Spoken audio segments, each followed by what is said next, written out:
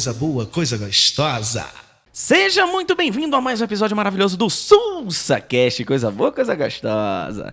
Hoje, episódio número 23, é a primeira vez que pisa aqui nesse estúdio, nesse local maravilhoso do nosso podcast, uma atleta olímpica, ela, Rebeca Guzmão. Muito obrigado pela presença, valeu demais. Obrigada, Thales. Obrigado você pelo convite. É um prazer enorme estar aqui, né? Uma atleta, um músico e os dois personagens também, né? Exatamente. E a gente tem outras coisas em comum. Você que está ouvindo a gente agora pelo Spotify e você que está seguindo, acompanhando a gente também pelo YouTube, a gente tem algumas coisas em comum. Vou falar. Ela falou que ela é atleta, vocês sabem. Eu já falei aqui algumas vezes em outros episódios. Eu sou campeão brasileiro de jiu-jitsu, né?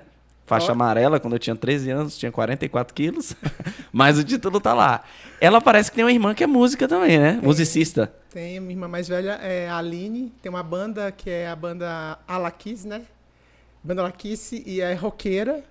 Mas é super diversa também, toca de tudo, mas roqueira pesada. Que massa, que massa. Meu irmão, ele gosta de música baiana. Eu também sou apaixonado por música baiana. Fui músico com ele também há muitos anos.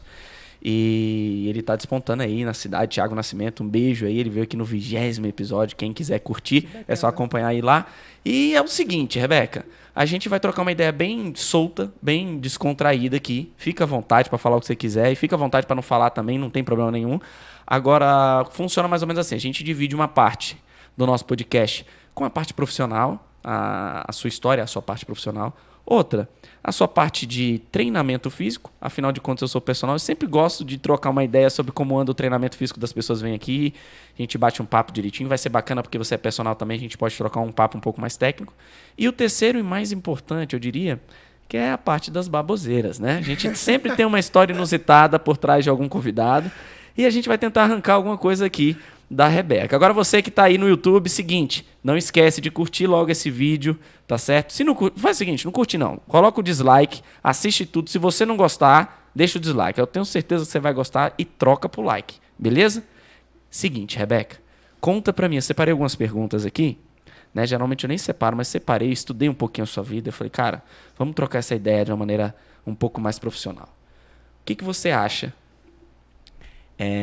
sobre banho gelado em relação ao aumento da produtividade? Vou te perguntar mais. As águas geladas das primeiras piscinas que você pulou lá no SMU, para quem não sabe, é o Setor Militar Urbano aqui de Brasília, foi o que proporcionou o maior nível de disciplina para você na vida de atleta?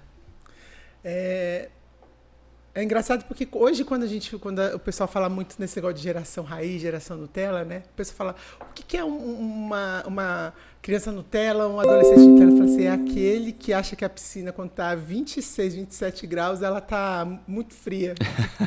Porque na minha época a piscina era 20, 21 graus, né? A gente, inclusive, eu já cheguei a nadar em piscina com a temperatura aí de 21 graus de madrugada, 4 e pouca da manhã. E... olha, Thales, eu vou ser bem sincero, eu acho que piscina gelada não disciplina, não. Pelo contrário, eu acho que a piscina gelada, ela foi o principal motivo por eu não ser apaixonada pela natação desde cedo, né? Até porque acordar muito cedo já era muito ruim. Ter que acordar para ir para natação com minhas irmãs, porque era uma questão mais de saúde, né? Tudo bem que todo mundo fala, a menina tem que tomar banho gelado, porque banho gelado dá mais saúde, né? Você cria mais você tem uma saúde mais forte. Mas no caso ali, eu não conseguia render, porque eu ficava na piscina igual um ouriço ali na borda. Minha mãe, vai minha filha, nada. Eu falei, não, mamãe, estou com muito frio, muito frio. Então, eu acredito que a piscina gelada, ela não foi a grande responsável, não. Pela disciplina. Não, olha só o que ela acabou de falar. Não gostava de nadar, não rendia bem, e foi o que foi na natação, né? Imagine se gostasse de nadar, meu filho. Pelo amor de Deus. Por que eu te perguntei isso? Tá uma onda na internet muito grande e tem alguns especialistas falando sobre o poder da água, do banho gelado assim que acorda, para aumentar o nível de produtividade, para aumentar, inclusive, também a nossa imunidade. Dificulta que o seu corpo entre em situações que deixem você doente. Então, eu pensei, cara, entrar na água gelada para nadar, para fazer esporte, acordar cedo, não é algo gostoso, não é algo prazeroso. Se você vence isso, intrinsecamente acaba fazendo com que você vença outras dificuldades, né? E eu, por isso que eu falei, vou perguntar isso pra ela. E eu já entrei naquela piscina lá, meu Deus do céu, véio, é gelada pra dedéu. Não gelo, né? E essa questão... teve algumas ocasiões que antes de eu ir pro treino de madrugada, eu tomava uma ducha de água bem gelada, mas era para acordar mesmo. Não era com nenhum outro intuito, né? E eu realmente, assim, eu vi que as pessoas falam muito essa questão do banho gelado, né? Para você ter mais disposição, para você ter uma melhora de imunidade. Mas é claro que é tudo assim... Não tem como você sair debaixo de um cobertor quente, com o corpo super quente, e você vai metendo num chuveiro, você vai ter um choque térmico, né? Então... tem que tomar muito cuidado. E tem outra situação também, no caso da piscina gelada, né? Se você está na piscina gelada e o ar está muito gelado, você vai estar inspirando aquele ar gelado que vai fazer muito mal para o pulmão também. Então, tudo tem que ser bem pensado aí. Não, bem colocado. O que acontece? Os especialistas que defendem a ideia do banho gelado, eles inclusive falam da temperatura da água. Não pode ser extremamente gelado por muito tempo. E a sensação térmica quando você sai da piscina gelada é muito pior, é como você disse. Então, realmente, é algo que tem que ser analisado direitinho. Cara, existem muitos mitos sobre diversas modalidades, né? E, dentre elas, as mães chegam e falam, coloca esse menino no basquete que ele precisa crescer. Coloca na natação porque ele precisa curar da asma. E dentre outras, né? Criança que faz ginástica artística, ela nunca mais vai crescer. O que você acha, como personal trainer, sobre esses mitos e qual é o seu pensamento sobre isso? A gente, dentro da educação física, como você sabe, a gente tem aquele fundamento principal, que é o princípio da individualidade, né? Todo mundo, quando nasce, geneticamente já é completamente programado ali para a vida toda, né? Então, a sua estatura, se você tem facilidade de ganho de peso, de perda, né?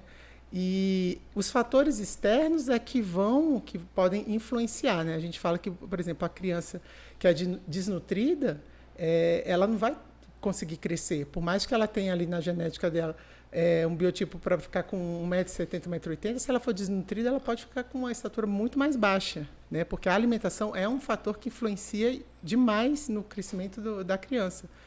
A atividade física, ela também é um fator externo que ela estimula, né? Não é que a pessoa que vai fazer basquete ela vai crescer mais, a pessoa que faz natação ela vai crescer mais. Ela já tem uma predisposição genética ali que, vamos dizer assim, que ela aceita, se colocar alimentação adequada aqui e atividade física, vai ficar alto, né? A questão mesmo da asma, por exemplo, eu comecei a nadar por conta de problema respiratório, da bronquite, da asma. E quando eu comecei a ter crises de asmas com 17, 18 anos, as minhas primeiras crises graves mesmo, eu descobri que eu tinha que, na verdade, tratar a asma para conseguir nadar. Exatamente. Então, a gente realmente, assim, claro, a criança fazer atividade física influencia num crescimento saudável, influencia, com certeza, assim como a alimentação. Agora, por exemplo, mas aí faz ginástica olímpica e vai ficar baixinho.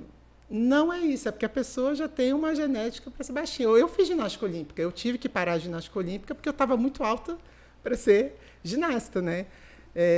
E aquelas atividades que têm mais impacto, né? Por exemplo, a ginástica olímpica ela é uma atividade que ela tem um determinado um impacto maior, né? É claro que aqueles impactos ali você vai gerando lesões, né? As microlesões ali, principalmente ali naquelas partes das articulações em que a gente, quando faz a radiografia, vê se ainda tem espaço para crescer. Às vezes, aquele fechamento ela pode se dar mais cedo, em função dessa quantidade de impacto, em função da quantidade de peso que é carregado ali, que a criança leva, né? Eu comecei a malhar com 12 anos. Eu comecei a malhar, eu nem tinha menstruado ainda. Então, eu cresci muito, eu ainda cresci até meus 17 anos, eu ainda tive crescimento. Você tem quanto de altura? Tenho 1,78,5. Ou seja, para a mulher é uma estatura excelente, sim, né? Sim. É bem acima da média. Sim. Te fiz essa pergunta porque eu sofro constantes críticas na internet por uma questão familiar. Eu tenho uma filha de 9 anos, a Sucessinha, beijo pra você, meu amor. Ela é apaixonada por diversos esportes. E os esportes que ela mais curte é o futebol. Você também, a gente vai trocar uma ideia sobre a sua experiência no futebol. e a ginástica artística. E eu sempre defendi a ideia de que é extremamente importante para a criança fazer musculação. Como assim, Thales? É importante a criança fazer musculação, porém, com todos os cuidados específicos, como você acabou de falar, de um princípio extremamente importante da educação física, e eu vou falar outro também do princípio da especificidade. A criança tem algumas questões que devem ser analisadas prioritariamente antes de você colocar matriculada na academia. Não falo para você matricular sua criança na academia. Mas se fosse possível, eu já treinaria com a minha filha desde cedo. Mas eu com ela do lado, controlando tudo, todas as variáveis. Por que isso é benéfico? Porque vai auxiliar nas questões hormonais, no padrão de movimento dela, vai proteger ela contra lesões futuras, tá? E proporcionar uma criança com um crescimento muito mais saudável. Sim. E isso não é prejudicial pro crescimento, porque tudo está relacionado com excesso. Né? Exatamente. Por exemplo, a vida de atleta, a gente sabe que é uma vida que está dentro do excesso, não tem jeito. Você não coloca seu corpo no limite. Muitas vezes você passa. Né? A gente teve a experiência que chamou um fisiculturista para trocar essa ideia em relação aos limites do fisiculturismo, e ele falou exatamente disso. Cara, se você quiser viver uma vida de atleta e querer realmente ter uma saúde plena, eu acho que você precisa repensar na sua decisão. Não tem jeito. Cara, você viveu muita coisa no esporte. Muita coisa maravilhosa, algumas coisas não tão boas assim. E depois de tudo que você viveu, você tem mais alegrias ou mais decepções em relação ao esporte? Na natação.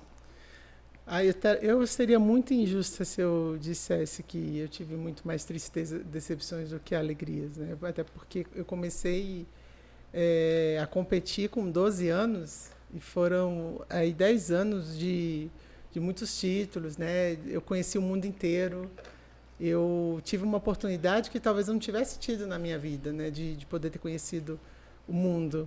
E fora as experiências, fora o amadurecimento, eu tive convites de mais de 42 universidades americanas, né? Para ter bolsa integral. Caraca! Eu tive convite para ter bolsa integral em high school, nas melhores high schools dos Estados Unidos. Então, assim, o esporte, ele te dá oportunidades que, por mais que eu tenha passado por ter sofrido aquela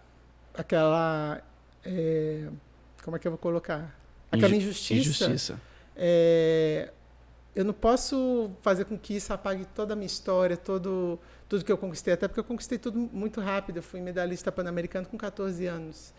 Então... Se eu não me engano, 2 anos depois, ou você já estava na Olimpíada? 2 anos. Não, 2 anos não. Eu fui para a Olimpíada... Eu não fui para a de Sydney, eu fui para a de Atenas, que foi depois. Verdade. Até porque ir para a Olimpíada assim ia ser realmente uma coisa muito fora do padrão mesmo. E então, assim, eu sou muito grata por tudo que o esporte me deu. Até hoje, 95%, 98% das minhas características, elas foram moldadas pelo esporte, que é a disciplina, que é o respeito, que é o foco, que é a determinação. Tudo que eu faço eu levo a sério. É claro que você tem um momento de descontração, mas se me passa uma tarefa, eu quero entregar antes. Então, essa questão competitiva ela ainda é muito presente na minha vida. Então, eu seria muito injusta de dizer que foram mais decepções. Excelente, eu fico feliz por isso. E assim, eu até vou te pedir desculpas. Pode ser que eu venha me emocionar olhando para você aqui durante essa nossa gravação, porque é impossível não lembrar de um grande amigo meu. Foi um excelente nadador, federado aqui de Brasília, que chegou a vir falecer. Não sei se você chegou a conhecer o Chumbrega. Sim. Cara, fantástico. E ele era um cara esplêndido. Eu olho para você, eu lembro muito dele. Né, meu amigo de infância, meus amigos, a família dele. Eu quero mandar um beijo especial para toda a família do Chumbrega que mora no meu coração e com certeza mora no coração de todos os nadadores aqui de Brasília. Sim, o Chumbrega a gente começou, eu lembro do Chumbrega tinha uns 9 anos, ele ainda era petis e a gente treinou juntos, né? A gente treinou bastante tempo aí juntos, a gente pegamos seleções brasileiras juntos. Que massa! Então o Chumbrega ele era uma pessoa muito querida, muito. Né? O apelido dele era Malandro, né? Porque ele era todo aquele jeitinho assim, você quer malandro? E realmente assim, um menino que trazia muita luz pra gente ali, a gente ria muito no treino com ele. Ele era muito engraçado, ele era muito né? Divertido. Muito. Nossa Senhora, o Chumbrega era engraçado demais. Eu lembro diversas histórias dele. Uma das histórias que eu lembro dele é que ele foi dar uma entrevista, se eu não me engano, aqui pra televisão local, né? E ele era meio marrentinho, assim, né? Na televisão, e perguntaram pra ele, né? Qual é a pessoa que você se espelha, né? Todo mundo esperando ele falar um atleta brasileiro, né? Daqui a pouco ele vem e fala Popov. Aí todo mundo assustou assim, não entendeu nada, depois uma amarra. Eu falei, Chumbrega, eu tenho certeza que quando desligou aquela câmera ali, você tava rindo, gargalhando, zoando. Ele era incrível. Bom, muito bom saber que você nadou com ele, eu não sabia não. Você nadou com ele no Defé? Onde é que foi? Não, a gente treinou na ABB juntos, né? Ah, legal. Lá com o Hugo. Ele, na época ele já estava até servindo, né? Aham. Acho que Polícia Militar, né? Foi, mas eu acho que ele estava no Exército na época, assim. Ah, entendi. E a gente, assim, eu tive essa oportunidade da gente dividir as mesmas raias, as competições. Quando ele perdia para mim no treino, aí o Hugo, né, que era o técnico, ficava assim, porra, Chumbrega, vou botar um maiô em você, porra, tá perdendo a mulher. Aí, porra, Rebequinha, dá um tempo aí, pô, ajuda aí, daquele jeito dele. Mas é uma pessoa que coração, né? Que coração, que pessoa maravilhosa mesmo, assim, eu custei a acreditar, né, quando eu tive a notícia, e é uma pessoa que, sem dúvida nenhuma, eu acho que merece todas as homenagens daqui de Brasília, né, pelos títulos que ele trouxe na natação, né, pela medalha de bravura que ele teve também quando ele estava como policial, e eu acho que Brasília tinha que ter alguma piscina, alguma competição, algum torneio com o nome dele, porque é mais do que merecido. Cara, bela ideia. Vamos movimentar aqui os talheres, vamos movimentar aqui as forças para que isso aconteça. Seguinte, a vida de atleta, como eu disse anteriormente, ela coloca a vida das pessoas no limite, não só física, psicologicamente, né? Em termos de relacionamento, muitas vezes as pessoas que querem seguir a vida de atleta deixam de se relacionar amorosamente para ter mais foco, disciplina. E o que você pode contar para as crianças hoje que querem se tornar atletas profissionais, mesmo sabendo dessa proximidade com o limite que pode ser tão perigoso, apesar de toda a glória que o esporte pode vir a dar? O esporte, eu acho que o alto rendimento, né, você se tornar um atleta de competição, ele vai ser uma consequência de todas as coisas positivas que o esporte pode trazer antes disso. É claro que é maravilhoso você viver do esporte, é claro que é maravilhoso você viver, você ganhar dinheiro com aquilo que você mais ama, né? Porque assim, a gente é profissional, a gente gosta de fazer aquilo, mas não é o mesmo amor que a gente tem de você ser atleta quando você ama quando você ama esporte, até porque todo educador físico é apaixonado por esporte, né? E então assim, para as crianças, o que eu falo, se esse é teu sonho, se esse realmente assim você quer muito isso, você tem que sempre lembrar que você precisa sacrificar algumas coisas, né? Eu, por exemplo, eu não tive a adolescência. Não me combina treinamento com você estar dormindo meia-noite, 2 horas da manhã, né? Não combina você estar sempre na balada, você estar sempre cansado. Não combina você querer experimentar bebida alcoólica, você querer ficar sempre comendo porcaria, besteira com você atleta, porque você tem que lembrar o seguinte: tudo que você fizer que vai na contramão disso, o teu adversário vai estar sempre um dia à sua frente. E um dia na vida de atleta é muito tempo, né? E um dia perdido de treino e um dia de vida menos um período que você vai viver ali de atleta, porque é um sonho. Esse sonho ele tem dia e tem hora para acabar. Pode ser mais cedo, pode ser mais tarde, mas ele tem dia e hora para acabar. E aí quando ele acabar, você vai ter que trabalhar. Perfeito. Eu tô te perguntando isso, é até um questionamento que eu faço mesmo para mim. Eu sou apaixonado pelo amor que a minha filha tem pelos esportes, né? Eu acredito que talvez seja a parte mais próxima que ela tem de mim em relação às características dela. E ela está indo muito bem Que bacana. na ginástica. Inclusive fez a primeira competição dela aqui em Brasília Há 2 semanas atrás, a competição oficial, o Campeonato Brasileiro, se eu não me engano, de ginástica, foi convidada para participar de um campeonato em Campo Grande. Enfim, está começando a vivenciar uma vida de atleta com 9 anos de idade. Mas a preocupação que eu tenho é exatamente na formação do pós. Por quê? Você acabou de falar uma coisa incrível, que a vida e o sonho, né, o seu sonho ele tem tempo para acabar e você que determina quando vai acabar, dependendo de como você escolhe percorrer esse caminho. Sim. Né? Se você tem uma vida de balada, se você tem uma vida desregrada, ou simplesmente se você não dá credibilidade para aquilo que deveria dar durante o processo. E depois que acaba, eu conheço muitos atletas que passam por o processo de destreinamento, inclusive psicológico, que levam eles à ruína. Né? Então, eu me preocupo muito com isso. E também me preocupo muito dela entender que, além dela se divertir, é algo sério se ela quiser competir. Né? Então, ela não tem que acreditar que é só brincadeira. A partir de agora, quer competir, agora você precisa dar um passo além. Sim. Ah, não, papai, eu não quero competir, então eu quero só me divertir. Tudo bem também, a decisão é sempre sua, eu vou estar te apoiando.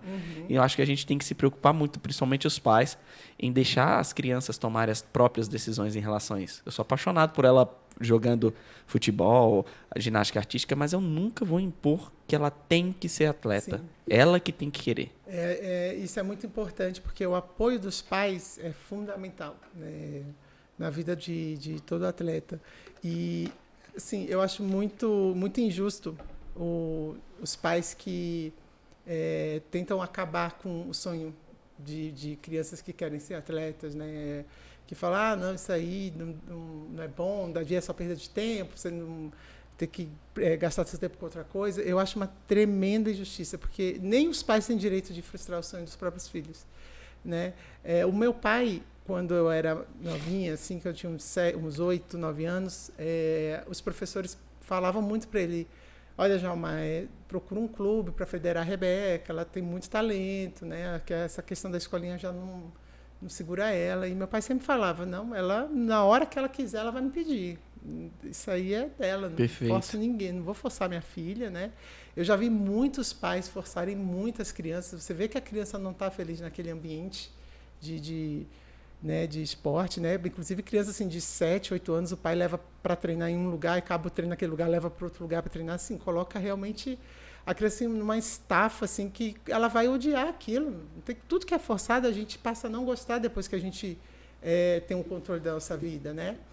E assim, essa questão do atleta, do parar, da preocupação que a gente tem. Eu tenho isso porque eu tenho um filho também, de 5 anos. Zeus, grande Zeus. Nome lindo, inclusive. E todo mundo fala, vai ser atleta, né? Eu falo assim, se eu pudesse escolher, não seria de alto rendimento. Porque o atleta de alto rendimento, ele, principalmente o brasileiro, isso também é uma ingratidão muito grande do esporte, né? Porque o atleta ele não sabe a hora de parar. A hora certa de parar é quando você está no auge, né? Mas quem é que consegue parar quando está no auge? Só o Pelé, né? É por isso que ele até hoje é lembrado. O Pelé, o Michael Phelps, né? O Usain Bolt. Então, assim, você tomar uma decisão de parar no auge, você também vai entrar numa, vamos botar assim, numa depressão, porque você sempre vai se perguntar qual que seria o seu limite, até onde você poderia ir, né? Mas, ao mesmo tempo, se você não para no auge, aí você é campeão olímpico, aí no outro ano você não consegue ser campeão mundial, aí depois você não consegue nem ser campeão brasileiro, você vai entrando em decadência, e isso vai frustrando também, você vai sendo esquecido. Então, assim, eu acho que essa parte é uma ingratidão enorme do esporte para quem é atleta. E como mãe, você não quer que seu filho passe por esse sofrimento. De forma alguma, a gente não quer, né? A gente acha lindo e tudo, mas o alto rendimento, ele é uma parte, né? Assim, eu quero que meu filho pratique esporte, ele faça tudo igual ele faz natação, ele faz judô, ele faz futebol, né? Se ele decidir, se ele quiser ser atleta, ele vai ter todo o apoio. E aí eu vou ter uma preocupação até maior com ele em relação a isso, uma atenção. E eu acho que tinha que existir uma preparação para a gente realmente, assim, ajudar os atletas no momento do parar, né? E é onde eles têm menos apoio. Eu acho que foi em 2003, 2004, eu fiquei sabendo de um estudo em que o número de atletas que tentam suicídio após um grande evento, após uns Jogos Olímpicos, após um Mundial, é extremamente alto. Né? Eles não podem fazer divulgação, né? Porque a gente sabe que não divulga, mas é extremamente alto. O próprio Phelps já falou sobre isso, sobre as depressões que ele teve. A Honda falou, né, também sobre isso. O Ian Thorpe. Então, assim, a gente tem grandes atletas. Assim, a maioria dos grandes atletas eles passam por essa dúvida, por essa depressão. Então, a gente tem que realmente assim pensar de uma forma de ajudar esses atletas na hora do parar. Cara, sensacional. É por isso a minha preocupação em relação à minha filha. E me preocupar sempre em treinar ela, por caso ela queira se tornar um atleta, mas treinar a parte psicológica e preparar para o destreino, que é muito parecido com a vida do músico, né? Do artista. Por quê? O artista ele sempre vai viver um auge. Aí chegar um momento que ele vai viver o ápice. Ele permanece nesse ápice aí, no auge, durante algum tempo, algum período geralmente curto. Você não consegue manter, a não ser o Roberto Carlos, enfim, artistas realmente extremamente extraordinários. Porém, você às vezes não tá preparado para o destreino, assim como não está preparado para o dessucesso, vamos dizer assim, né? Porque vai baixando. Seu cachê chega a 300 mil, 500 mil, daqui a pouco 500 mil não está dando gente, aí tem que baixar para 300 mil, aí 200, 100, começa a diminuir a quantidade de show e você não está preparado para isso, nem financeiramente, muitas vezes, nem psicologicamente. Uhum. Então a vida de atleta também é um pouco assim, como você acabou de falar. Cara, eu tava lendo um pouco da sua história, vi uma parada que eu tive um pouco de inveja gospel, né? E eu vou trocar essa ideia com você para aprender com você. A minha ideia é aprender aqui com você. Porque quem sabe eu não consigo, né, te copiar, vamos dizer assim, né? Nesse ato maravilhoso. Cara, você é escritora, você fez uma autobiografia, né, e fala um pouquinho sobre a sua carreira, né, o auge, a queda e acho que talvez a parte principal que torna quem é a mulher que você é hoje, né, que é a sua superação. Me conta um pouquinho como é que foi o processo para você escrever esse livro e eu até procurei para poder comprar. Eu falei, vou esperar. Não, eu tô com o seu aqui, ficou no carro. Vou esperar ela trazer para mim aqui. Porque eu tava tão assim, agoniado com o horário que eu deixei no carro, mas está aqui no carro. Ai, que maravilha. Um músico, quando ele vai compor, ele precisa de inspiração.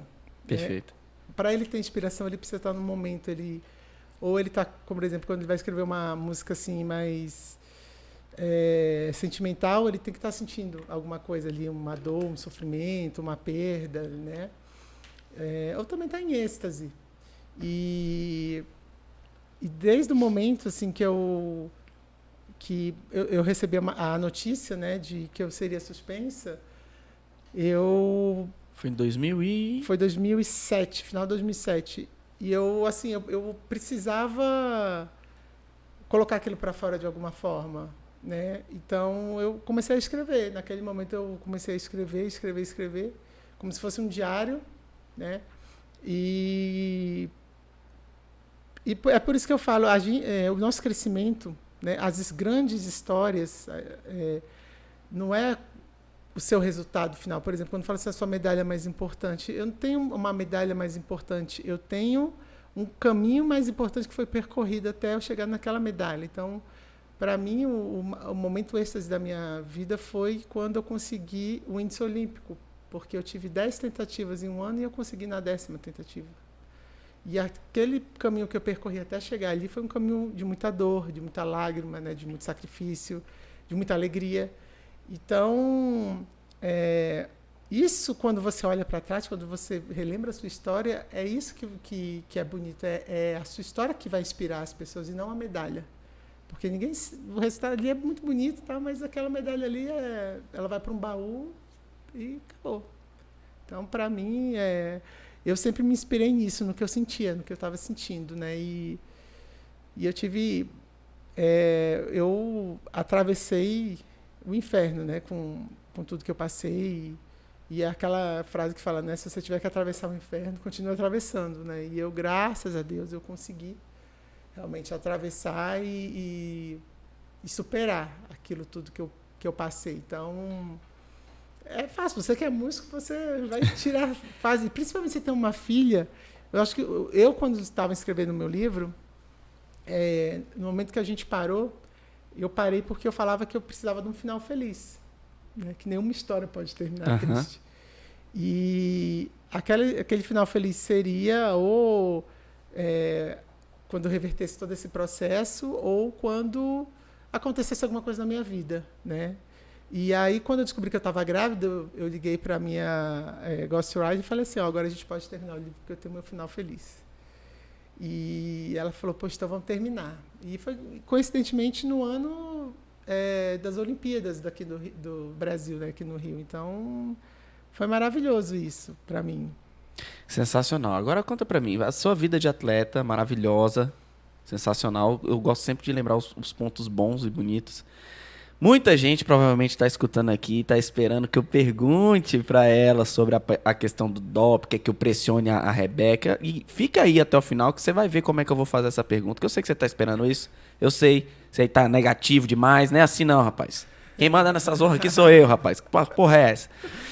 E o que vai rolar? Essa vida de atleta maravilhosa, como você estava falando, e sobre esse auge sensacional, você aprendeu muita coisa durante esse percurso. Só que, desculpa, eu tô vivendo também um momento parecido com o seu, né? Eu tô com o meu segundo filho, o Lipe, só que é a primeira vez que eu tô acompanhando mesmo o dia a dia, né? Os desafios que são as madrugadas não dormidas assim como essa, por exemplo. Eita, moleque, acho que vai ser segurança de forró, viu? Porque não dorme não, miserável. Me conta aí, quais foram os maiores desafios como mãe do Zeus, que é seu único filho até então, né? Vai ser o único filho. Opa, então o desafio foi bom mesmo, porque o negócio foi bravo. Quais foram os maiores desafios do Zeus? E você acredita que tudo que você viveu até o Zeus vir foi melhor para que ele pudesse ser uma criança mais bem preparada por você, que já está mais casca grossa por ter vivido tantas coisas? Eu falo que a gente nunca tá preparado para ser pai ou ser mãe, né? Porque por mais que a pessoa ela faça toda aquela, eu vou fazer que o roteiro da minha vida, vou ser mãe com tantos anos, por mais que você faça isso e aconteça no tempo que você determinou, você nunca está preparado, porque é um desafio que é único para cada um. Né? Não vem com rótulo, não tem aquela bula. Cara, não tem manual. Não tem manual. Então, por exemplo, quando a gente fala assim, quando eu escutava muito, você tem que fazer isso, tem que fazer isso, tem que fazer isso, eu falei, gente, mas não é assim, né? É a mesma coisa. Eu evito falar sempre assim, eu falo assim, eu fiz assim com o meu filho, ver se de repente com o seu dá certo, né? Até porque é uma coisa assim incrível. A mãe, principalmente a mãe, quando ela nasce, parece que a bula da criança está no coração mesmo, está no instinto da mãe. Porque por ela ter passado aquele período todo sentindo, né? Eu sofri muito com o Zeus, porque o Zeus ele não dormia também. Né? O Zeus era um peito, outro peito, uma mamadeira, 20 minutos dormindo. Um peito, aí acordava. E ele não dormia se não fosse no colo. Então, isso era mais agoniante. Então, quantas vezes quando eu acordava assim, eu estava sonhando que eu estava jogando ele, assim, porque tá muito aqueles espasmos assim, né? E é engraçado que quando eu estava como mãe, eu não tinha mais espasmo daquele jeito. Então, o desafio de ser mãe realmente é um desafio que, independente do momento que você esteja na sua vida, você vai estar preparado. Ele mamou bem? Ele mamou. A pega foi tudo certinho? Foi porque ele quando estava na minha barriga, ele ficava com o cordão umbilical, com a placenta, com as mãos assim, chupando. Caraca. Então, eu acho que ele já estava treinando mesmo, né? Mas, assim, ele mamou, né? Ele mamou ali até os 7 meses, que é uma coisa assim que eu acho que também é muito injusto com aquelas mães, quando você coloca essa determinação, porque tem que o leite tem que ser da mãe, a criança tem que mamar no peito da mãe, né? A criança ela vai ser saudável, independente se ela mamar no peito da mãe ou se ela mamar na mamadeira. Ela não vai deixar de amar a mãe ou o pai porque ela mamou no peito, ela deixou de mamar no peito. né? Então, assim, hoje a gente vê que as pessoas elas pressionam muito, né? E aquela mãe que não pode amamentar, né? Aquela mãe que o filho tá, de repente, foi para ter que estar na UTI, quando sai da UTI a criança não pega mais o peito. Então, assim, eu acho que é uma injustiça muito grande. O importante é o amor que você está ali. E o seu filho sente aquilo. Contigo é uma coisa assim, é um amor que é indescritível mesmo. É uma coisa que você é capaz de tudo. Eu falo que quando você se torna mãe, que você se torna pai, você passa a ser capaz de tudo. Você cria realmente ali uma força que você fala assim, que você pode fazer o que você quiser comigo. Agora, mexe com meu filho, não. Porque mexe com a gente mesmo. Cara, não tem jeito, mexe demais. Você falou assim, depois que você se torna pai ou mãe, você realmente entende esse amor, né? E eu como vivi 2 experiências diferentes, a Clarinha, eu descobri que eu era pai dela, ela tinha uns 15 dias de vida já. Então a mãe me mandou mensagem, eu saí com a mãe uma única vez, Rebeca. Usei camisinha, estourou a camisinha e dei pílula no dia seguinte e nunca mais a vi, né? E aí ela ficou grávida, só que semana seguinte ela voltou com o namorado dela. Ficou grávida, pensou que era do cara. O cara acompanhou o pré-natal, acompanhou, eles terminaram no meio da gestação. E lá na frente ele chegou e falou, vamos fazer o DNA, tem aquela história do menino, só pra ter certeza mesmo. Aí fez DNA, deu negativo, eu fiz o DNA, deu positivo. Eu não conhecia a mãe, eu saí uma vez com ela. Eu não conhecia. Graças a Deus, é uma mulher maravilhosa. São 9 anos de convivência. A gente tem nossos arranca-rabos, nossas diferenças totalmente normal de convivência com qualquer ser humano, né? Mas a experiência que eu tenho com ela é de estar com a Clarinha de 15 em 15 dias, final de semana, e durante a semana que eu tento ver o máximo possível, desde pequenininho. Agora, você vivenciar isso no dia a dia, colocar a criança, você está do lado da mãe, o pai acompanhar todos os detalhes, trocar fralda junto, participar do ritual do sono, participar do ritual da primeira papinha, primeira alimentação, enfim, é muito, muito diferente. Eu me torno uma pessoa muito mais completa hoje do que quando eu fui pai com a Clarinha. Eu sou apaixonado pelos meus 2 filhos, mas o aprendizado que eu estou tendo com o Lipe agora, por conta da experiência vivida agora, é indescritível, como você falou, indescritível. Só que, e tudo isso que você viveu, você durante esse período agora, de 2 anos, tem 2 anos o seu filho? Tem 5, fez 5. 5, 2 anos, ó. 5 anos que ele tem. Depois de você ter se tornado essa casca grossa, porque depois que você atravessa o inferno, minha filha, você tá com o couro já a gente fala forte. A gente fala que quando a gente atravessa o inferno, não é qualquer demônio que derruba a gente. Exatamente.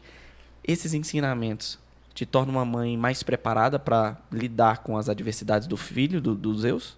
Com certeza, né? Você, por exemplo, você falou que é muito diferente quando você vivencia o dia a dia, né?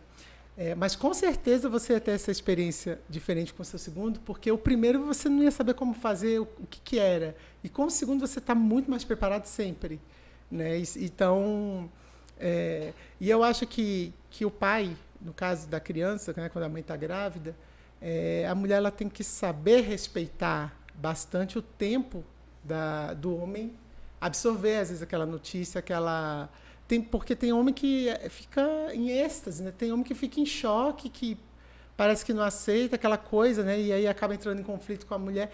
Mas a mulher tem que ter essa sabedoria de respeitar. Eu até brinco, né? Eu falo assim, a gente tem que entender sempre o seguinte, a gente vai ter sempre certeza que é a mãe, porque ele está lá dentro. O pai, ele acredita, ele dá assim, vamos entender como se fosse um voto de confiança, né? Porque já pensou se toda vez que a mulher engravidasse tivesse filho, o pai pedisse para fazer o DNA?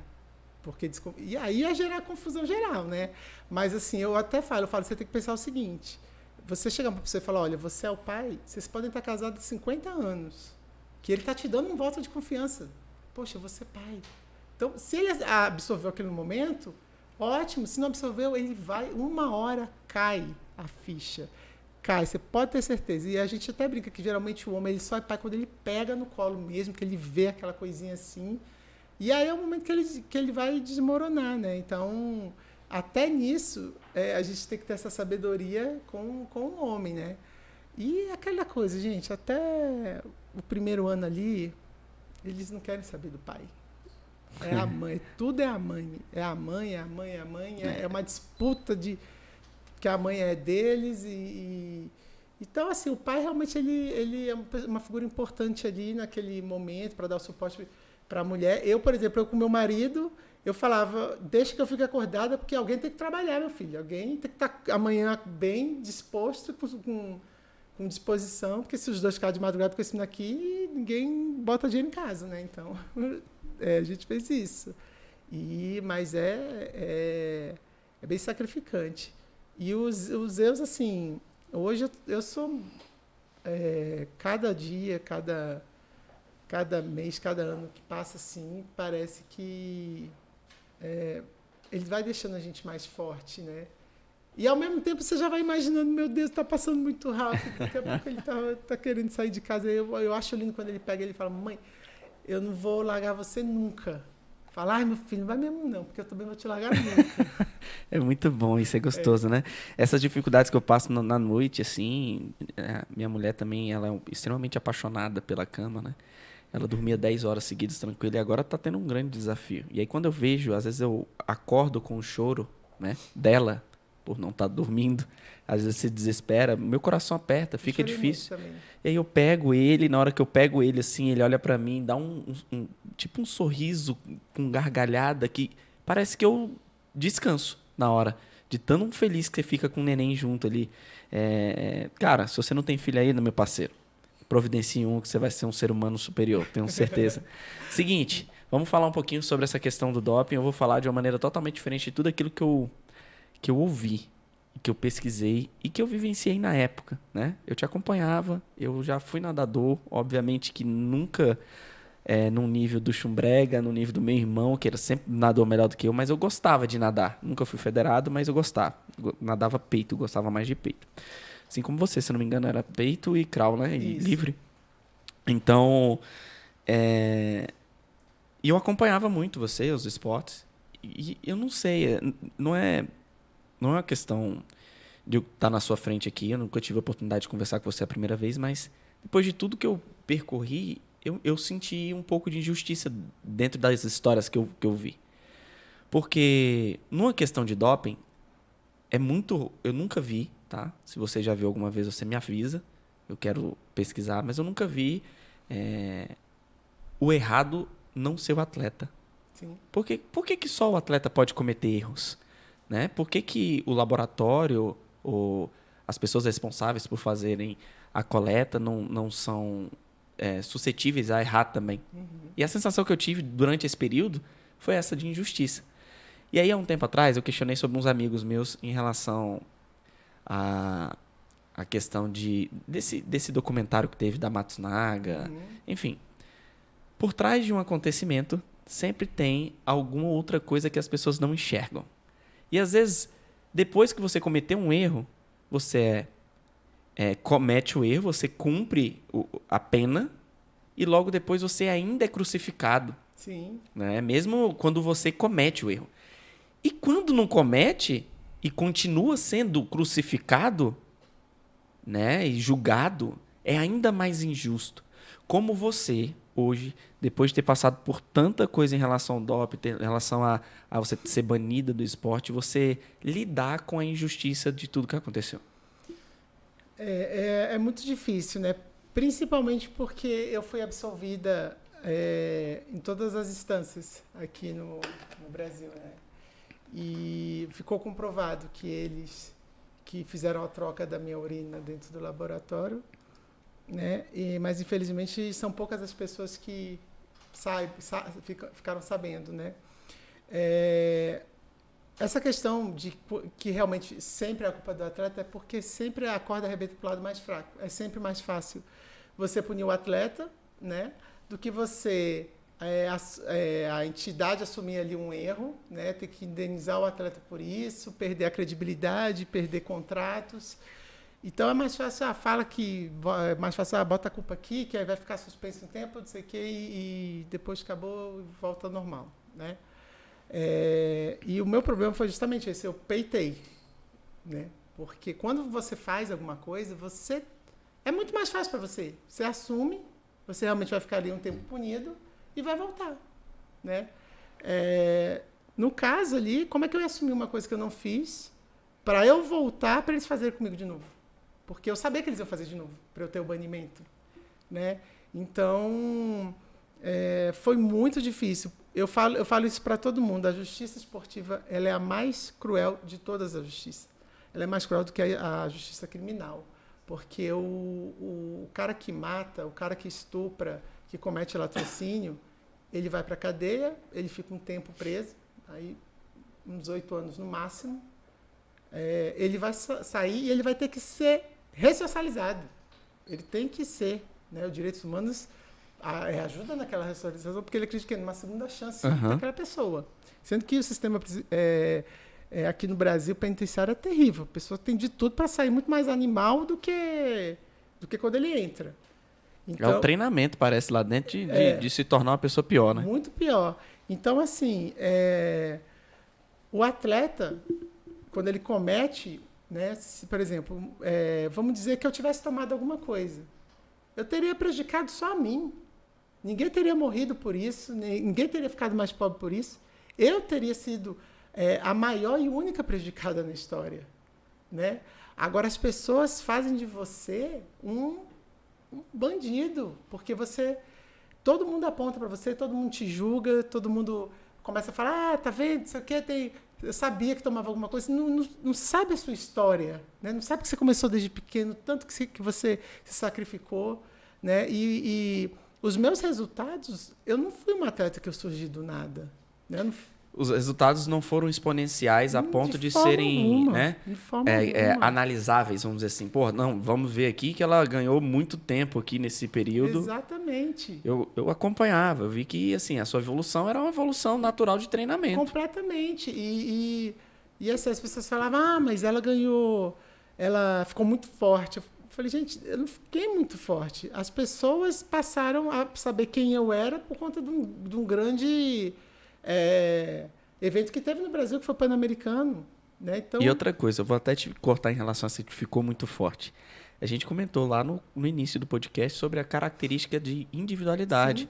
Você tem uma característica física individual e genética, onde você tem uma estrutura grande. Né? Então, por si só, obviamente, treinando, se alimentando e direcionando para aumentar a massa muscular ou para não aumentar, isso vai acontecer. E como eu pude ver na internet, você teve diversas fases, né? Tipo de corpo. Teve uma época que você estava um pouco, não forte, mas estava um pouco mais volumosa, um pouco mais gordinha. Não, gordinha não. Estava muito gordinha. Tá 110 quilos, não. 110? 110 quilos. Teve uma fase que você estava com um pouco mais de massa muscular, aí teve outra fase modelo que você afinou, né? Foi para quantos quilos aí? Pois é, ó, eu quando estava... Porque quando eu cheguei a pesar 110 quilos, aí foi a primeira depressão que eu tive. A outra depressão, eu cheguei a pesar 64 quilos, foi quando eu fiquei muito magra. Caraca. Quando eu estava na minha fase fazendo modelo, essas coisas, eu estava com 72, 74 quilos.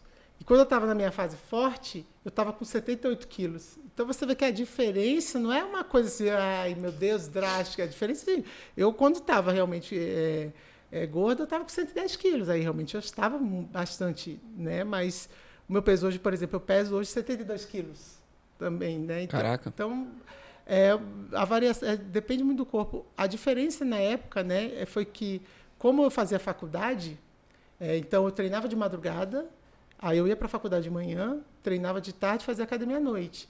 Eu resolvi trancar a faculdade, né, que falei, não, vou me dedicar porque falta um ano para a Olimpíada, preciso fazer o índice ainda. Eu passei a comer, dormir, treinar. Comer, dormir, treinar, você faz o quê? Você ganha, você tem mais rendimento, né? Você consegue anabolizar mais o seu corpo, porque você com pouco descanso, com pouco tempo de sono, você cataboliza muito. Né? Então, assim, foi a época em que eu tive meus melhores treinos, meus melhores resultados. Por quê? Porque eu só estava fazendo aquilo. Né? E assim, isso que você falou da genética é muito importante, porque eu, por exemplo, a minha família tem uma genética muito grande, a estrutura. O meu filho, ele tem 5 anos, ele parece que tem 8. As pessoas acham que ele tem 8 anos. Ele é muito grande, ele pesa 32 quilos, ele calça 34 com 5 anos. Caraca, e seu marido também é alto, não? Ele tem 1,95 m. Baixinho, né? O cara vai mexer com ela pra você ver, rapaz. Então, assim, a genética é muito, muito fundamental, né? Então, assim, quando eu soube da notícia do doping, eu fiquei, assim, surpresa, porque quando eles tinham falado que tinha sido por causa de testosterona, sendo que eu já tinha feito outros exames de doping e tinha dado positivo para testosterona, mas que o meu corpo produzia aquela testosterona, que eu sempre tive um nível alto. Pra você ter uma ideia, eu quando estava grávida dos Zeus, com uns 3, 4 meses, a minha testosterona era 200 e pouco. Né? Tá maior que a minha. E quando falaram que eu tinha tomado alguma coisa, que eu testei positivo, eu acho que ela estava 70 e pouco, 80 e pouco. Então, Caraca. assim, essa coisa que você fala, gente, não bate. Sabe, eu fiz um estudo longitudinal, ficou provado que eu tenho uma produção alta. Né? Então, se aquilo estava sendo questionado e tudo, eu já estava em tratamento. Então, assim, foram outros fatores ali que levaram àquela situação do médico entrar em atrito comigo realmente, né? Mas foi uma época terrível. E para um juiz da área criminal, né, que investigou tudo, chamou todas as pessoas envolvidas ali, e o próprio técnico do laboratório dizer que a minha urina foi trocada dentro do laboratório porque eles tinham autoridade de fazer isso, pelo amor de Deus, aí você fala, mas como assim? Né? Então, assim, Absurdo, né? É um absurdo. E a gente voltando na questão de que parece que você é apontado, julgado o tempo todo, isso é todas as áreas, porque quando eu saí do esporte, eu tentei, falei, agora eu tenho que fazer uma coisa diferente, eu tenho que procurar um trabalho, era sempre assim, mas é aquela questão do doping. É aquela questão do doping. Assim, como se... Gente, mas... E aí, que questão do doping? Que eu fui absolvida e aí, se fosse verdade, o que tem a ver? Uma coisa com a outra, sabe? Assim, não dá para entender realmente, né? Porque o atleta, geralmente, quando ele ingere alguma substância, ele ingere ou para suportar o treinamento, ou ele ingere porque ele quer dar resultado para trazer uma condição melhor para a família, ou ele ingere porque ele está em decadência, ele quer voltar naquele auge, mas não consegue, aí ele faz isso. Né? Então, assim, vamos até dizer, é um alerta ligado que eu acho que até as pessoas têm que ter em relação à ajuda psicológica para o atleta nessa hora mesmo. Né? Então, no meu caso, eu estava no meu auge. Eu não precisava recorrer por conta disso. Né? Eu estava ali em crescente o tempo todo. Eu não precisava ganhar dinheiro para minha família, né? Porque eu tinha meus patrocínios, eu tinha a condição da minha família. Né? E eu assim, não estava daquela situação ali de precisar de uma substância. Né? Porque eu ainda... hoje em dia, claro, assim, que eu brinco, eu falo, meu Deus do céu, se eu tivesse que ter tomado testosterona para ter o resultado que eu tive, porque eu baixei 7 centésimos no meu tempo, de 2004 para 2007, minha amiga, pelo amor de Deus, né? Tava assim, estragada ela, né? Não, total, né? Porque é uma coisa assim que você até fala. Tomou vencida, pelo amor de Deus. Então, mas é muito ruim, assim, você... E até hoje, né, tem gente ainda que aponta, que fala... E quando fala, eu falo assim, mas você sabia que foi absolvida? Sabe o que eu quis perguntar sobre isso? Porque eu acho criminal esse tipo de julgamento. Porque ninguém sabe o que tem por trás de tudo que acontece na vida de um atleta. Antes, durante essas circunstâncias e após.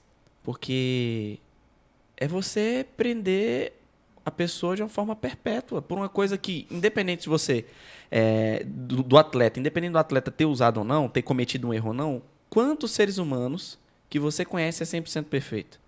Quantos já cometeram um erro? E depois que você escorregar nesse erro, você vai ser julgado pro resto da vida. Agora pense quando você não comete o erro, entendeu? É banida do esporte. Depois é absolvida. Eu lembro que você poderia voltar a competir no país e você decidiu não fazer mais. Você é absolvida. E depois, em todas as outras áreas, em todas as outras circunstâncias que você venha fazer, qualquer tipo de trabalho, você é julgado por algo que não tem nada a ver. Ou seja, realmente vale muito a pena a gente utilizar esse meio de comunicação que a gente está utilizando aqui para poder tocar o coração das pessoas e fazer com que elas entendam que isso é realmente desumano, cara. É desumano. Você precisa ter um pouco mais de discernimento, pensar antes de falar, pensar antes de criticar, antes de julgar, antes de conhecer a fundo a história, para que você não possa cometer uma maldade de uma grandeza enorme. Por quê? Você é mãe dos Zeus. Sim. Ele tem 5 anos. E a negatividade que as pessoas estão jogando para você, ela esbarra no seu filho, Sim, mano. E não sim. tem jeito. Eu tenho certeza que você deve ter essa preocupação em relação aos Zeus.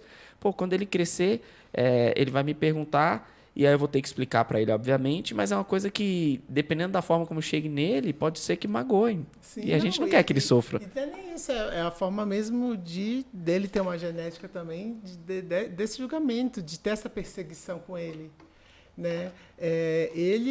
Eu até falo, né? Eu falo com a doutora Flávia, que é minha advogada, que a gente está com o processo na Corte de Direitos Humanos. Né?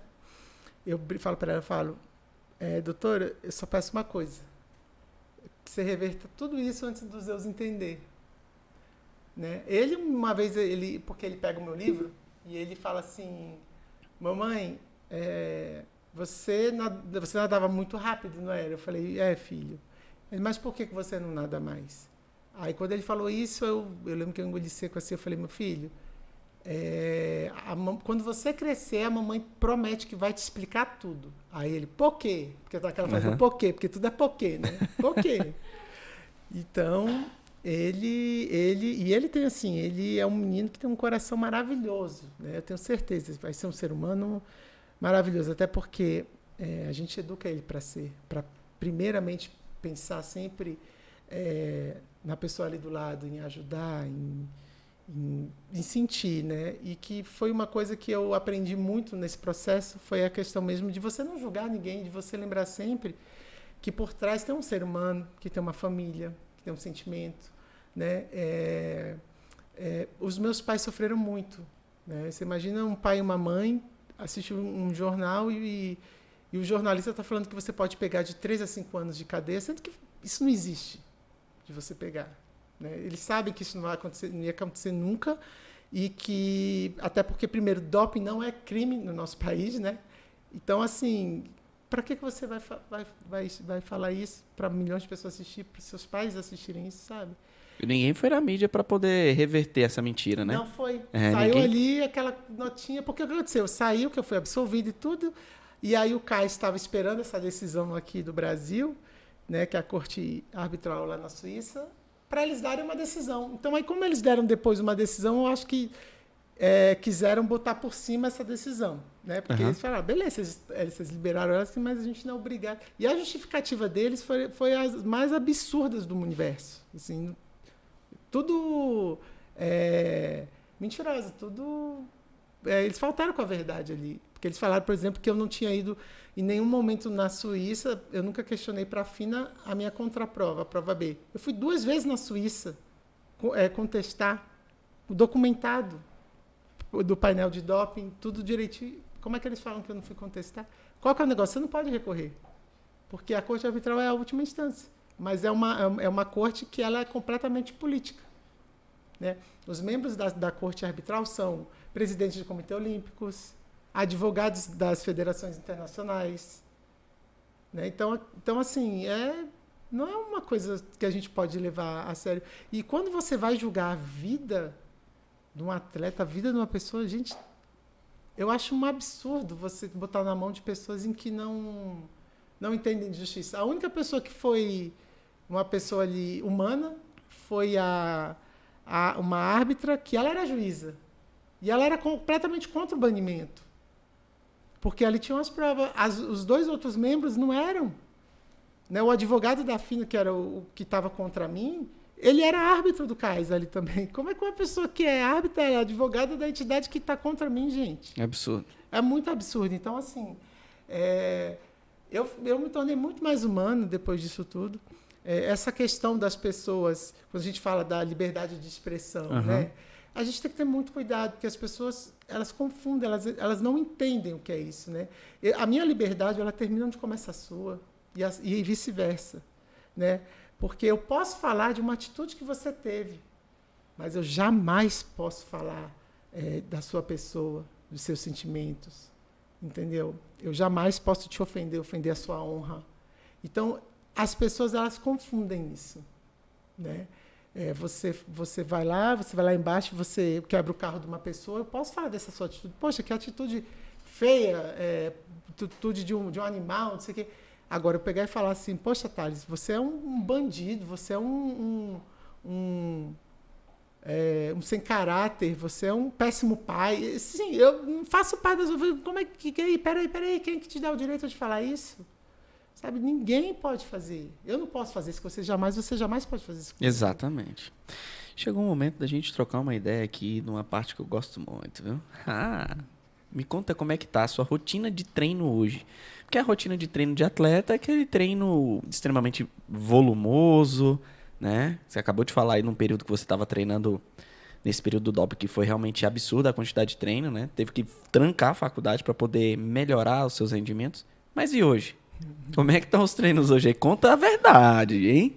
Gente, depois de 5 anos do protocolo Zeus aí, né? Fica até difícil a gente achar qualquer treinamento difícil. Mas a minha rotina, assim, é muito difícil eu conseguir encaixar uma atividade física rotineira. Eu até preciso, por isso que as lives que eu estou fazendo com o pessoal, para eu fazer os treinos com eles também. Legal, acaba te motivando também. Sim. Mas eu sei da importância que é isso, né? Porque hoje, por exemplo, eu fiquei muito tempo parada, eu estou com 4 hérnias, né? Eu não consigo, eu não durmo, eu tenho muita dor, eu sinto muitas dores. Onde é que são as hérnias? Na C3, C4, C5. Ih, na cervical. E agora acho que eu estou aqui na C1 também. Então, assim, eu não consigo dormir por causa E tudo isso eu sei porque é por conta da falta da atividade física, né? Mas, geralmente, quando eu estou treinando, eu procuro sempre fazer uma variação. Ótimo. Né? Atualmente, então, você está sem treinar, a não ser os desafios que você faz juntamente com os seus... com meus alunos. Legal. Exatamente. Mas eu até já combinei com uma amiga a gente começar a fazer agora mesmo, voltar, porque atividade física tinha que ser obrigação mesmo. Por mais que você não goste, eu acho que a única coisa que eu não gosto mais do que hoje estar dentro de uma musculação é sentir dor. É ter as dores que eu tenho. Então, eu tenho que colocar isso na minha cabeça e falar para eu não sentir dor. Eu tenho que fazer.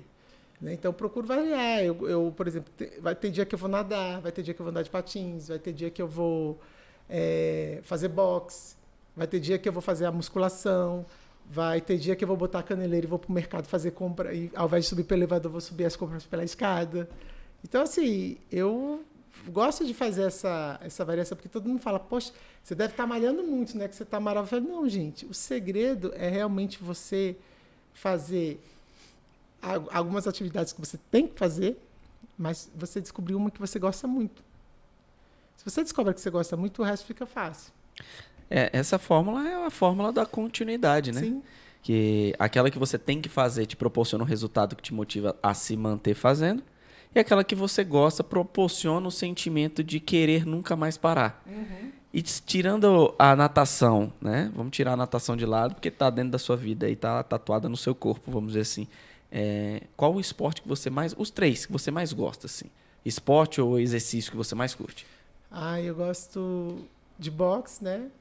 De fazer boxe. O Leozinho estava até indo me dar algumas aulas. Eu gosto de boxe, eu gosto de futebol, mas futebol... Tem tempo que eu não jogo. Eu tô jogando assim, toda quarta-feira à noite na casa de um amigo, vai lá um pessoal jogar, a gente joga. A pelada, né? A pelada, a famosa Show. pelada. Andar de patins. E também tem uma coisa que eu gosto muito, que é quando não tem ninguém em casa, eu boto no YouTube ali um negócio de dança. Que legal, velho. E aí faz a zumba. Que massa. Aí, ó, eu não sabia disso, viu? Eu não imaginava. Mas que massa, eu gosto muito de dança também. Eu tenho um canal do YouTube com alguns vídeos. Esse canal que tá todo mundo assistindo aí, obviamente. E tem alguns vídeos de dança. Eu vou mandar uns pra você fazer na sua casa, então. Porque não tem nenhum ritmo melhor do que você dançar música baiana. Ai, que maravilha, eu amo. Funk e sertanejo. Se você perguntar, mas qual é o seu estilo de música? É música eletrônica, mas música eletrônica você só pula. Tu só você fica quicando. No pulando, né? Também é bom. Eu fui num show do David Guetta que eu lembro que, sem brincadeira, eu devo ter gastado umas 2.000 calorias ali, porque eu saí encharcado, tanto que eu pulava. Caraca, muito massa saber disso, viu? Outra coisa que eu queria saber de você cara, provavelmente nesse mundo de atleta, né, você passou por muitas histórias inusitadas, né? Eu sei que dentro nas Olimpíadas ali, naquele local que fica só os atletas, tem um Parque Olímpico, como é que chama? Vila Olímpica. Vila Olímpica, desculpa. Na Vila Olímpica, não pode nem filmar, fotografar, parece, não pode fazer nada. Mas as histórias acontecem. Eu sei que muitas das histórias não podem sair de lá. Que nem, sei lá... Vegas. Vegas, boa. Vegas fica em Vegas. Fica em Vegas. Mas existe alguma história inusitada vivida por você, não só nas Olimpíadas, mas na sua vida de atleta, que você pode contar aqui pra gente sorrir um pouquinho? Gente, tem tanta história de atleta assim que é bizarro, da gente, de coisa assim, da gente sair escondido para poder ir pra balada, assim, porque não é mais competir, né? Não é aquela coisa, quando você tem o compromisso, você tem. Mas quando acaba também, e assim, é de um descer e vigiar, e aí quando tá todo mundo saindo assim, aí o outro passa porque a gente tinha aqueles radinhos, né? Nextel? Era Nextel. Ah, sim. E eu Conta, agora você tá rindo antes de contar, deve ser boa essa história. Eu lembro que a gente tava saindo e aí o menino tava na recepção, né, que ele não ia sair e tal, ele falou, não, mas se chegar alguém eu aviso. E aí a gente saiu por trás do hotel assim, e aí quando a gente tava chegando na frente, aí ele vai, volta, tá chegando todo mundo. E aí eu lembro que, gente, eu procurava assim, e não dava tempo de correr, a gente vem na comissão técnica assim, chegando, aí eu lembro que eu me escondi atrás. Porra, você se esconder atrás tem que ser num lugar grande, que a mulher é alta. Rapaz. Eu lembro que eu me escondi atrás da cortina, aí o menino entrou assim, quase que por dentro do sofá, ele levantou o sofá assim, botou meio que por cima dele, eu falei, gente, o que a gente tá fazendo? Caraca, não mano. É possível. E aí o menino distraiu eles e tudo, mas quando ele voltou assim, ele ria tanto, falou, cara, vocês são burros. Pô, o pé do menino tá todo ali do lado de fora, ali, parece um ogro ali. Pô, tu foi pra trás da cortina, o povo aqui fora, todo mundo te vendo. Falei, cara, gente, tem umas coisas assim que a gente não consegue realmente, assim, imaginar, né? Atleta, quando vai fazer essas coisas, a tendência de dar errado é enorme, É muito né? grande, né? Eu vivi uma situação, cara, muito inusitada também, assim. Não tão engraçado quanto eu sou, mas quando eu era atleta de jiu-jitsu, eu realmente fui atleta, eu falo aqui, todo mundo acha que não, né? O pessoal que acha que eu não fui atleta, mas eu fui, né? E aí eu fui pesar. Eu já tinha participado de duas competições, tinha ganhado as duas competições, aí o meu treinador virou e falou, ó, cara, eu quero que você baixe de categoria. Eu falei, beleza, mas para baixar de categoria você tem que perder 2 quilos. Eu falei, de boa, 2 quilos é moleza, nem me preocupei. Tem que segurar a alimentação. Cara, eu tinha 13 anos, não sabia o que era alimentação nem nada, pô. Chegou na hora de bater o peso, eu tinha que baixar 1,5 kg. Subi na balança, 1,5 kg. Então, seu filho de rapariga, vamos embora. E foi lá no Defé. Você vai ficar correndo e cuspindo. Aí, correndo e cuspindo, eu falei, por que cuspir? Rapaz, você tem que desidratar, você tem que subir lá e tá mais leve, dá um jeito. Rapaz, eu fiquei umas 2h30 fazendo isso. Correndo e cuspindo, Nossa. correndo e cuspindo, sem tomar nada e tal. Na hora que subi, consegui bater o peso, né? E aí, na hora de sair, saiu uma fome de leão. Tem quem chegou e falou, tá, é o seguinte, chegou o cachorro quente ali, você pode comer quanto você quiser. E aí, comi 3 cachorro quentes. E chegando em casa, botei tudo pra fora. Eu falei, é isso que é vida de atleta? Pelo amor de Deus, não quero isso pra mim não, porra. Eu tenho que sair correndo, cuspindo, depois eu como e vomito, pelo amor de Deus. E levando aquilo que você falou anteriormente, o que acontece? O meu treinador na época não soube aproveitar o conhecimento de que ele tem que ter nas mãos esse conhecimento de saber que a linha limítrofe de cobrar a pessoa na hora certa para ser atleta e deixar ela se divertir. Eu queria só me divertir fazendo uma modalidade do jiu-jitsu. Eu gostava de futebol, não gostava assim. Ele me via jogando futebol na quadra, ele era meu vizinho, ele me puxava pela orelha, pô. Bora pra casa. Você pode se machucar aí, pelo amor de Deus. Eu falei, cara, tá doido, mano. Nem meu pai faz isso. Aí eu inventei uma dor no joelho, falei, não vai dar mais pra mim, não. Falou, valeu.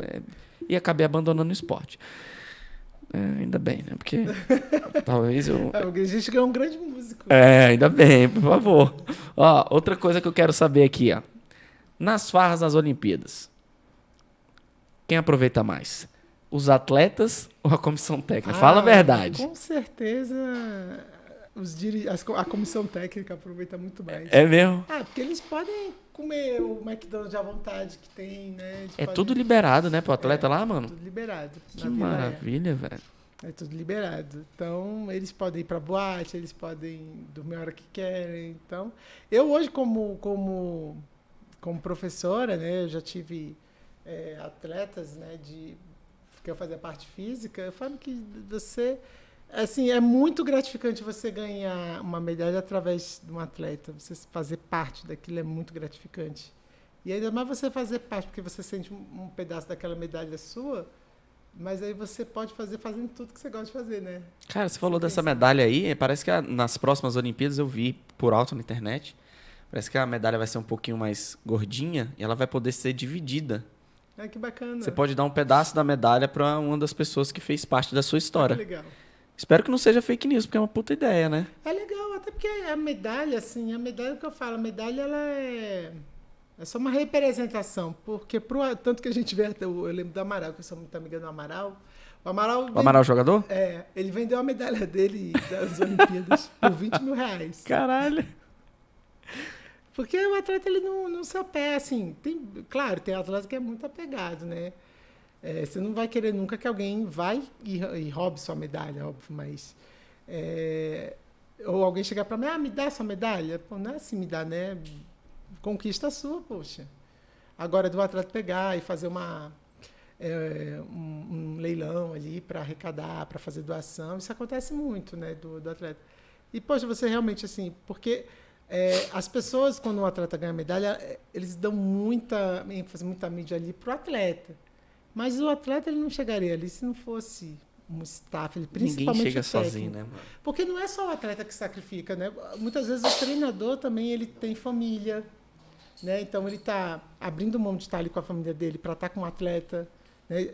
Passar meses viajando com o atleta, é o fisioterapeuta, é o psicólogo, né? É o personal. Então, assim, é um time. Não tem como falar. O atleta que fala assim, eu sou bom com qualquer um, não, é mentira, não é verdade. Até porque se fosse fácil assim, todo time de futebol que trocava o treinador continuava campeão.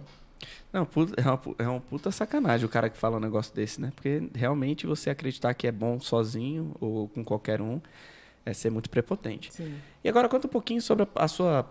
Você é a terceira, se eu não me engano, participante de reality show que senta aqui nessa cadeira, né? Veio aqui André Coelho, veio aqui também o JP, que também participou de Férias com Ex, e você que participou da Fazenda, né? Conta como é que foi aquela experiência lá. Não, gente, a Fazenda é o tipo de... Fazenda não, acho que qualquer reality show. As pessoas nessa pandemia puderam sentir um pouquinho do que é você perder a sua liberdade, né? Mas perderam a liberdade tendo Netflix, tendo iFood, né? A gente perdeu a nossa liberdade quando entra no reality show, sem ter Netflix, sem ter iFood, mas tinha piscina, academia, né? E é uma experiência muito louca, porque a primeira coisa que pergunta assim, mas ele tem alguma coisa armada? Eles pedem para vocês fazerem, ele fala, gente, não tem nada armado. Aquilo ali é o ser humano. É o ser humano, depois que você coloca com outros seres humanos, com egos diferentes, né, com personalidades diferentes, características diferentes, que você briga e que você tem que dormir no mesmo ambiente, conviver com ele no mesmo ambiente depois. Aí, claro que não vai dar certo. Também conhecido como casamento, gente. Tô brincando. Não, olha, vou falar uma coisa para você, do fundo do meu coração. A gente viu muita gente separada dessa pandemia, né? Pô, mas você não conseguir conviver com a pessoa que você escolheu casar, realmente você tem problemas sérios, viu? Porque a coisa que eu mais amei durante a pandemia foi ter ficado mais perto do meu marido. Não, e outra coisa, se você erra no processo seletivo, você gasta no processo demissional. Então, Com muito certeza. Cuidado na hora de escolher a pessoa que vai ficar dentro da sua casa, irmão. Pro resto da sua vida. Eu recebi um dia dessa figurinha do boneco do Chuck, né? Então, às vezes, a pessoa achando que tá entrando um príncipe na vida dela. Né? E na verdade, né? É um Chuckzinho lá.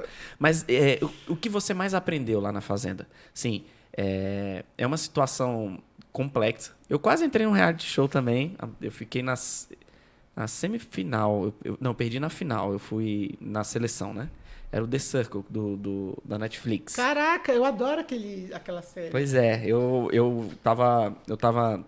fui cotado pra ir pra lá, só que acabou não dando certo, aí fui na entrevista que teve num hotel aqui em Brasília, tudo direitinho, passei por todas as etapas. Acho que eu sempre quis vivenciar uma experiência como essa, mas eu queria realmente entender o que as pessoas aprendem, que você realmente aprendeu, que leva pro resto da sua vida, vivenciado naquela explosão de emoção lá do reality. Ó, a primeira coisa que eu aprendi na minha vida, ali dentro de um reality, é que eu nunca quero ser preso na minha vida. Olha aí, que bom. Porque isso a pessoa para pensar mesmo, porque você fala, caramba, a gente ficou aqui desse jeito e a gente tinha piscina, festa, né? Tinha aquela Você ficou quanto tempo na... Fiquei 6 semanas. Cara, você imagina a pessoa na cadeia ali, que não tem nada disso, ainda divide uma... Assim, deve ser uma coisa realmente, assim, que... Surreal, né? Surreal. Pra gente ali no reality show, você fica uma semana, parece que já tá um mês. Assim, é uma coisa que realmente o tempo não passa, né? E outra coisa que como o nosso psicológico controla a gente, viu? Porque eu lembro que quando eu comecei a ficar mal, né, ficar ruim assim, de chorar muito, começar a brigar muito com as pessoas. Com as pessoas não, porque eu só me desentendi, na verdade, com a Mara. Mas aí eu pensava assim, poxa, minha família está me vendo, não está vendo que eu não estou bem e eles não vão fazer nada? Só que você sabe que eles não podem fazer nada, né? Aí você no outro dia está pior. Aí você fala, caramba, será que eu fiz alguma coisa? Poxa, será que meu namorado... Será que eu ainda tenho namorado? Será que eu fiz alguma coisa? Caraca, a cabeça fica pirando, né, mano? Porque você tá mal e você vê que ninguém tá fazendo nada, né? Aí você começa a se questionar, caramba, será que eu ainda tenho algum amigo? Porque não é possível que todo mundo tá gostando de me ver. Assim, é uma coisa tão louca. Aí quando você sai, você fala, caramba, você não viu que eu tava... Caramba, a gente ligou pra produção, a gente falou que você não tava bem, mas eles não podem tirar, não podiam fazer nada. Mas o psicológico, ele vai torturando a gente, né? E como lá eles criam... assim, a gente não tem roteiro, mas eles criam a situação mesmo para ficar, né? Por exemplo, você está mal, com dor de cabeça, deitado no quarto, eles falam a FED está fechada, que você vai ter que ficar do lado de fora. Aí você já se irrita de ter que ficar. Aí você vai para um outro lugar, eles falam que você não pode ficar ali. Então você já vai ficando muito irritado. Né? Aí, por exemplo, a coisa que mais vai... a regra principal que dá intriga é que quando uma pessoa comete... um erro. Todo mundo que é punido. Então, assim... Aí o pau quebra. Aí o pau quebra não mesmo. Tem jeito. Depois de um tempo, o pau quebra mesmo. Não tem como. Porque você já está no limite. Caraca, velho. Eu comecei a repensar aqui a minha vontade de ir no reality, viu?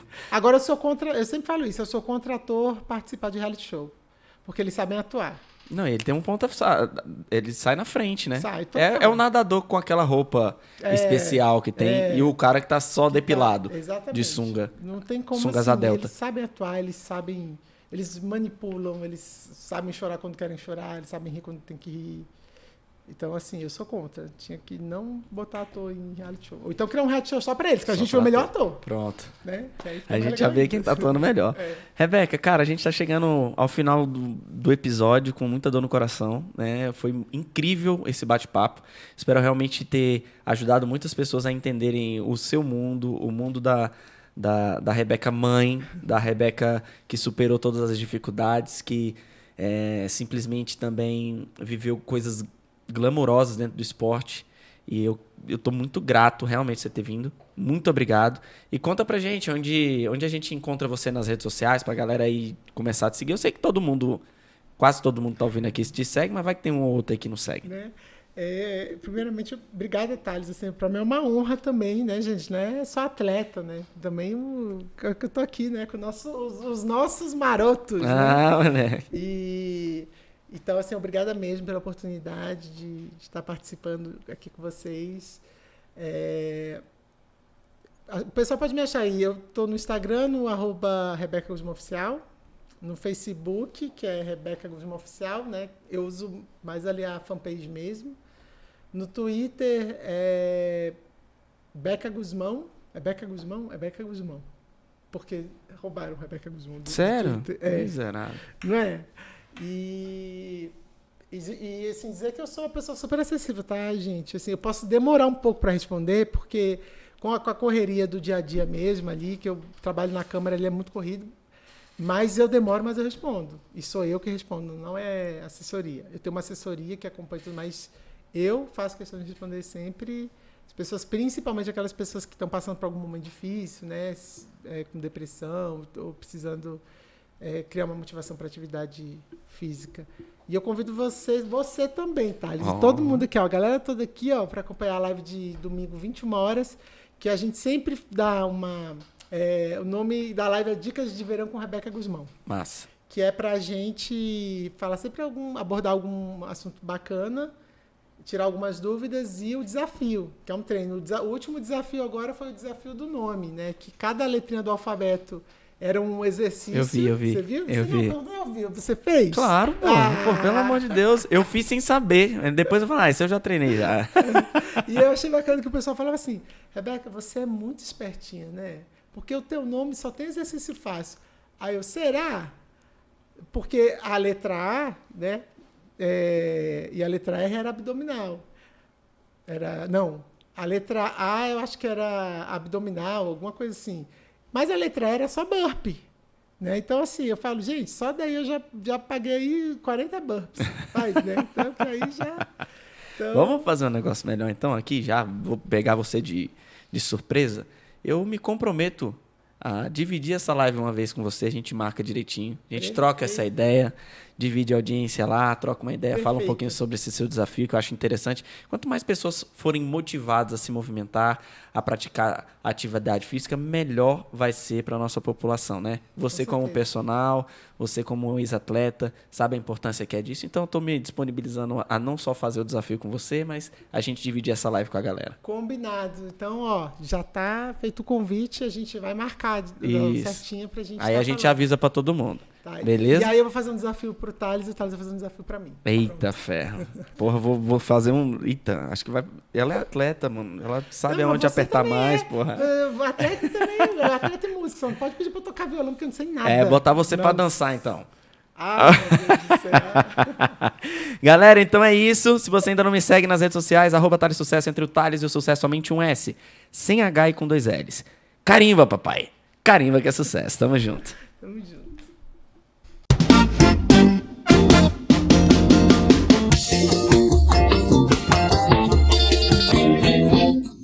Coisa boa, coisa gostosa.